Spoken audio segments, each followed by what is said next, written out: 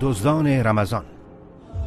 با فرارسیدن ماه مبارک رمضان، بازارهای مسلمانان مالامال از غذاها و نوشیدنیهای متنوع می‌گردد. نیازها و خواسته‌های مردم افزایش می‌یابد و هزینه‌های زندگی چند برابر می‌شود.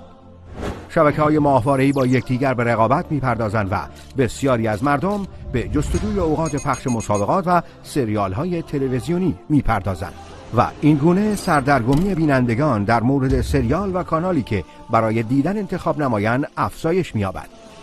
سرگرمی‌ها، مشغولیت‌ها و توطئه‌ها علیه رمضان باعث تهی شدن آن از معنویت شده.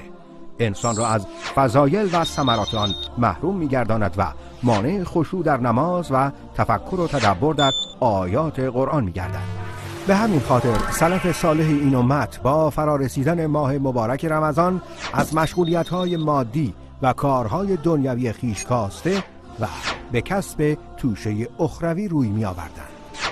این گونه آنان بخش اندکی از شب را می‌خوابیدند، در سحرگاهان به استغفار می‌پرداختند، به آب و غذای کمی بسنده می‌نمودند و با معیت و همراهی قرآن کریم زندگی می‌کردند. پس ای مسلمان، مبادا مشغولیت‌های دنیوی، خواهشات نفسانی و دزدان رمضان تو را از بهره برداری از لحظات ماه مبارک رمضان محروم نمایند.